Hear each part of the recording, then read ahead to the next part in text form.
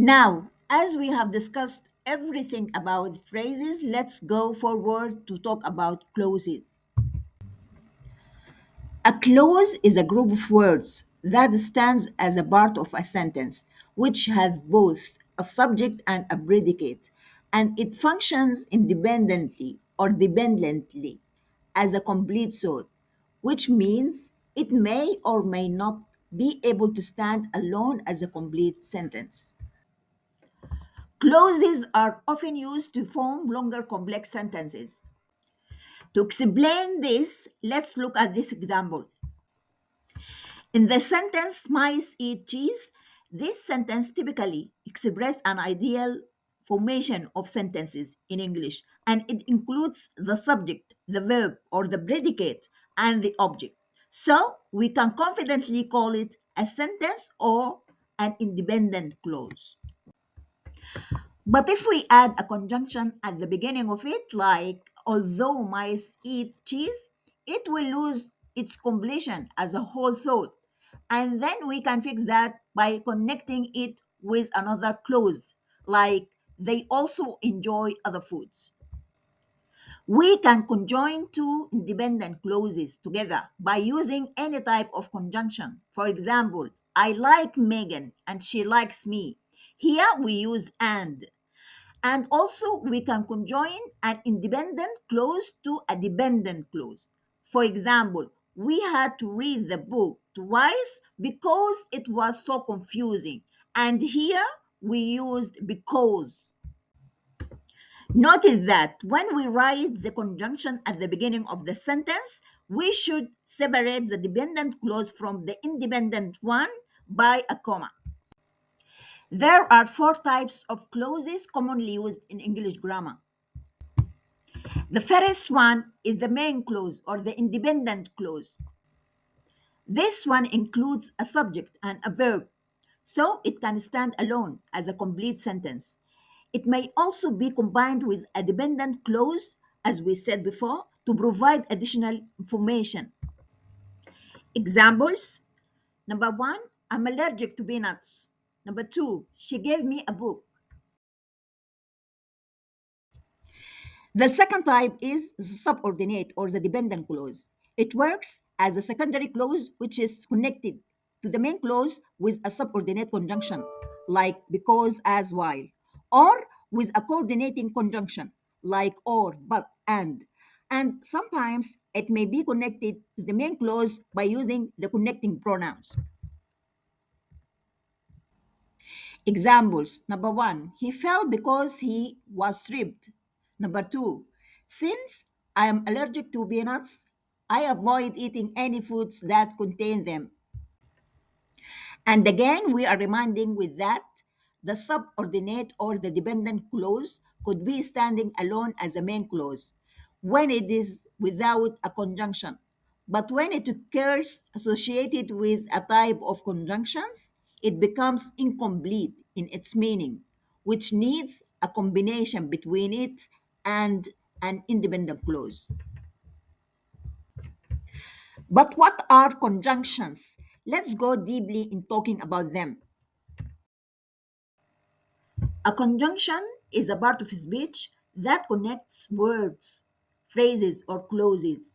Those are called its conjuncts to form more complex sentences. Conjunctions help us make our sentences shorter, less repetitive, and less confusing. Notice that we use a comma beside a coordinative conjunction to join two independent clauses. Types of conjunctions are coordinating conjunctions, subordinating conjunctions, and correlative conjunctions.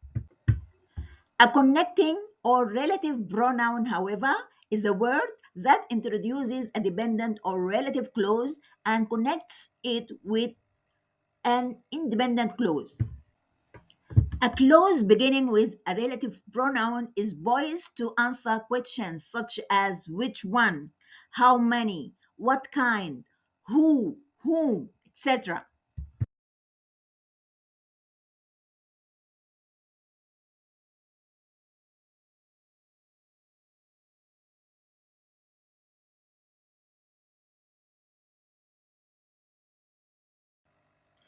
Now let's take some examples.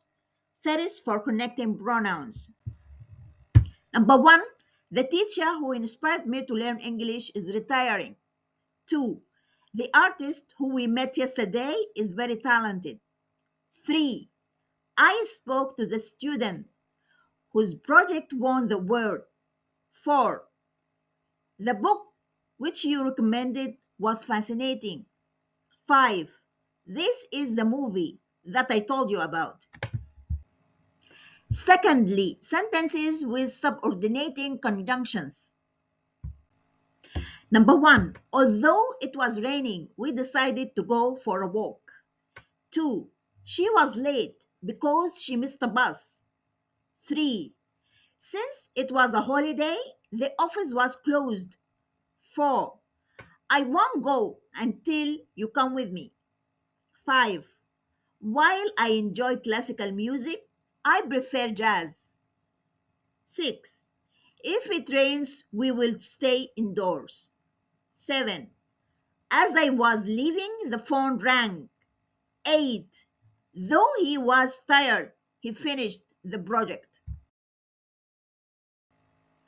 Thirdly, examples for coordinating conjunctions. Number one, I went to the store for I needed some groceries. Two, she likes to read and she enjoys writing. Three, he didn't see the movie, nor did he read the book. Four, I wanted to go for a walk, but it started to rain. Five, would you prefer tea or would you like coffee? Six, it was a long day, yet I felt energized. Seven, it was getting late, so we decided to leave. According to the word for, here it's different from the prepositional for because here it connects two independent clauses showing the reason for something. And in those cases, it often used interchangeably with the word because. But when it is used as a preposition, it expresses purpose or duration. Like, for example, this gift is for you. Here, it is used for purpose. I waited for an hour. Here, it is used for duration.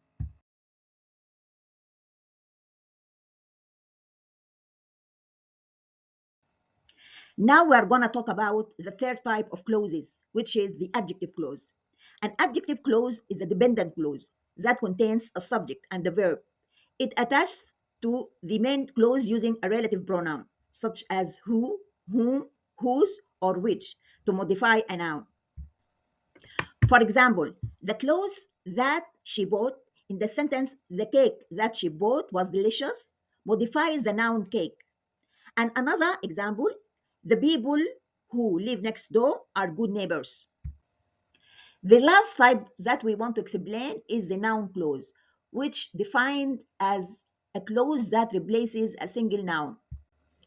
For example, in the sentence, the gold medal goes to the winner of the race, we can replace the noun winner with the clause whoever wins the race.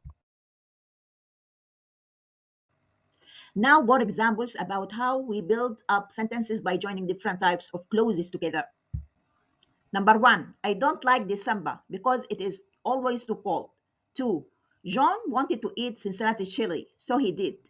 Three, she didn't break the record, even though she could have. Four, I like ketchup on my burger, but my sister prefers mustard. Ham and eggs are a fine choice for your breakfast, but you should also try to eat some fruits because they are good for your health. To differentiate between phrases and clauses, we ought to return back to their definitions to recognize that the clause includes a subject and a predicate, whereas a phrase is missing one or both of them. So, according to that, if you can't find a subject or a predicate in a group of words, you are probably dealing with a phrase and not a clause.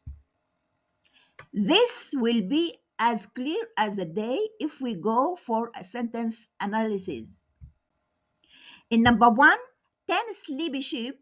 In this group of words, we can see a subject, with its modifiers, but it lacks of a predicate, so it must be a phrase. In the second example, the children loved. This group of words has both a subject, which is children, and the predicate, loved. There is no conjunctions added to make it meaningless. So this is an independent clause and a complete sentence as well. Example number three, by talking about their favorite recipes. Here, there is no subject or a predicate, and this expression doesn't make sense on its own, so it's a phrase. And here, notice that the word talking is not a verb, it's a gerund. The word recipes is a noun, but it is not a subject. Number four, as we ate lunch. In this group of words, we can recognize the subject, which is we, and the verb ate. But this expression is incomplete in its meaning. It needs to be joined with an independent clause to give us a full meaning. So this is a dependent clause that begins with the conjunction as.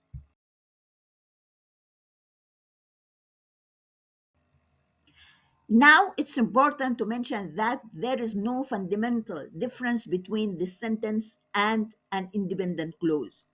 The distinction, in fact, lies in the context in which they are used.